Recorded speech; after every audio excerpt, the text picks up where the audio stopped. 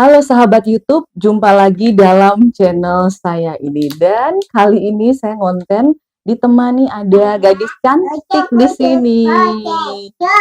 Oke, pada kesempatan kali ini saya akan membahas atau bercerita kembali tentang pengalaman saya yang sebelumnya sendiri pernah saya sharingkan di video, tetapi karena banyak banget yang komplain katanya suaranya itu kecil, jadi ini saya bahas ulang, yaitu terkait dengan pengalaman saya waktu hamil anak ini, dimana pada saat usia kandungan 3 bulan itu saya mengalami flek darah.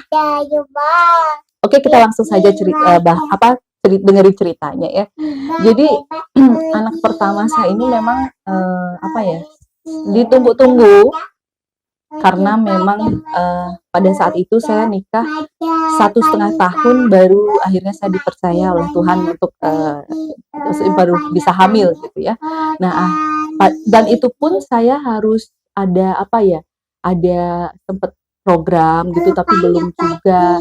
Tapi akhirnya berhasilnya itu pakai yang alami gitu. Nanti mungkin di video yang lain bisa saya sharingkan bagaimana promil kemarin. Nah, pada awal kehamilan dokter memang sudah ngasih tahu kalau trimester pertama itu adalah fase yang rawan. Semoga masih kedengeran ya, nih soalnya si anak ikut ngoceh dia. Jadi gini, jadi memang sudah dikasih tahu sama dokter kandungan bahwa trimester awal itu atau trimester pertama itu sangat rentan. Jadi pada saat itu, apalagi saya dulu sempat promil gitu kan, jadi saya diberikan obat penguat waktu itu supaya kandungan ini bisa terjaga gitu kan. Nah, sampailah berakhir trimester pertama, saya udah seneng banget karena saya pikirnya wah saya akan lepas obat penguat karena udah masuk ke fase trimester kedua yang dinyatakan lebih aman gitu kan dibandingkan dengan fase trimester pertama. Tapi pada saat peralihan itu ternyata saya ngalamin yang namanya flek darah. Awalnya itu dia berupa kayak bercak tipis banget, warnanya pink gitu. Tapi berhari-hari intensitasnya semakin cerah gitu, dan bahkan itu sempat satu minggu itu panty liner itu semuanya itu full darah gitu. Itu benar-benar bikin saya sedih, karena anak ini saya tunggu-tunggu gitu, saya nanti gitu kan. Akhirnya saya periksa ke dokter yang menangani saya. Dari pemeriksaan di dokter, pada saat itu pemeriksaan dari USG di atas ya, jadi dicek awalnya kan curiganya plasentanya turun dan menutupi jalan lahir kayak gitu kan, ternyata enggak gitu, dan tidak ada pendarahan di plasenta. Oke, aman. Akhirnya saya diizinin pulang gitu. Dia bilang paling nanti aja hilang gitu, tapi ternyata setelah pulang itu saya pada saat itu diresepkan juga obat penguat gitu. Nah, pas saya udah pulang itu saya disuruh istirahat, jadi nggak banyak gerak. Otomatis saya bed rest ya, jadi hanya tidur. Kalaupun bangun itu hanya untuk makan dan juga ke kamar mandi aja, ke toilet. Nah, pada saat itu saya ngalamin keluhan gatal. Mungkin itu pengaruh hormon ya. Akhirnya saya inisiatif untuk mau ke puskesmas terdekat gitu untuk periksa itu. Tetapi saat di puskesmas, karena diketahui bahwa saya ngalamin flek darah itu, akhirnya saya dirujuk ke rumah sakit terdekat karena dianggap itu tuh berisiko gitu, bisa keguguran. Waktu itu saya benar-benar shock dengernya, sedih banget gitu kan. Aduh ya ampun Tuhan, masa sih gitu ya, yang rasanya udah harusnya berlalu gitu loh, fase yang dianggap rentan, tapi kok ternyata malah kejadian seperti ini gitu.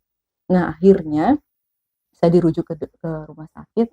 Waktu itu diperiksa, dia bilang katanya plasenta saya itu turun gitu, dia agak turun ke jalur lahir.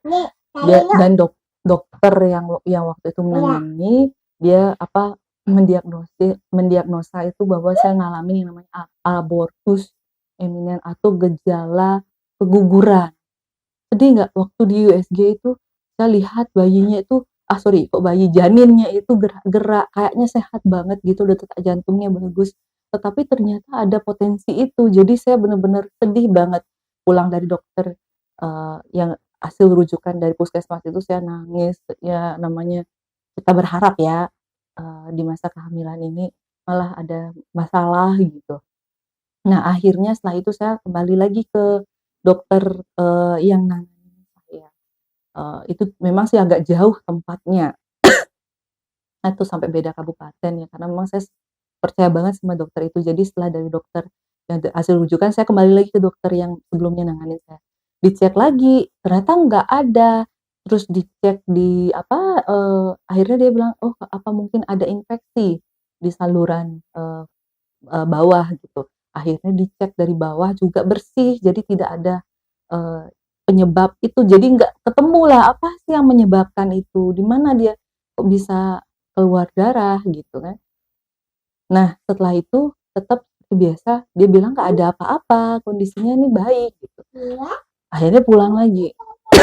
Sampai di rumah, besoknya itu lagi ada darah, sampai saya, aduh Tuhan, bener-bener yang saya tuh nggak mau sedih gitu kan. Akhirnya saya ngomong sama Janin, berdoa juga, ya minta supaya sama-sama saling berjuang gitulah ya, berusaha di sini gitu. Nah selain itu juga doa, terus saya menurut kepercayaan saya gitu kan, saya mendatangi sebuah pura gitu, memohon, ya berdoa gitu di sana gitu kan. Akhirnya setelah itu, tiba-tiba hilang gitu aja. Jadi pengalaman dari cerita ini apa sih yang harus dilakukan saat misalnya kita ngalamin flek darah saat masa kehamilan. Walaupun itu hanya fleknya hanya samar gitu ya, hanya pink samar, sebaiknya itu segera ke dokter karena itu benar-benar perlu penanganan khusus gitu loh. Jadi biar cepat dikasih misalnya obat penguat kayak gitu ya, atau bagaimana penanganannya kita bisa mengetahui misalnya kita harus bed rest gitu. Jadi kita sudah bisa itu gitu dari sejak awal, jangan nunggu sampai parah. Jadi kalau sudah ada flek, ya udah langsung aja ke dokter, jangan nunggu-nunggu lagi gitu.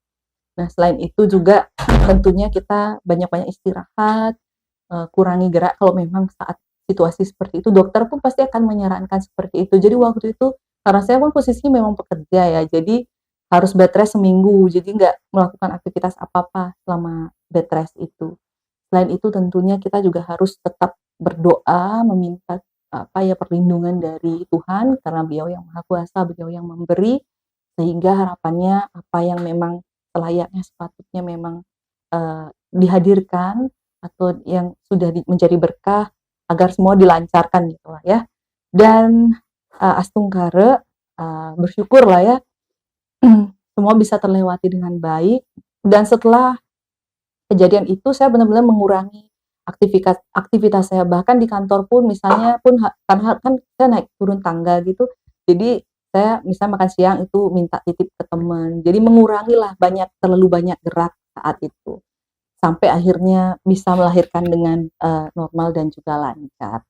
Ya demikian dulu yang bisa saya ceritakan tentang pengalaman bagaimana pengalaman saya mengalami flek darah pada saat usia kehamilan 3 bulan. Semoga ini bisa menjadi informasi yang bermanfaat mungkin yang buat wanita-wanita ya atau ibu-ibu, calon ibu yang sedang hamil seperti itu, supaya bisa lebih hati-hati lagi. Oh ya satu lagi, sama jaga untuk pola makan, makanan yang sehat tentunya, hindari yang sebenarnya makanan pedas itu boleh tetapi jangan terlalu pedas. Saya ingat waktu itu sebelum kejadian itu saya suka banget makan pedas gitu. Cuman saya nggak tahu apa itu yang menyebabkan. Tapi kalau kata dokter, kalau hanya sekedar pedas yang masih standar gitu, tidak yang pedas sampai kita susah sampai kepedesan yang gimana gitu, sebenarnya masih nggak ada kaitannya atau nggak ada ini ke janin gitu. Tetapi ya itu juga kita harus memperhatikan apa ya, makanan-makanan kita, mungkin pilihan makanan juga harus perlu diperhatikan agar yang sehat-sehat lah ya. Ya demikian yang bisa saya ceritakan pada kali ini, semoga bermanfaat. Sampai jumpa.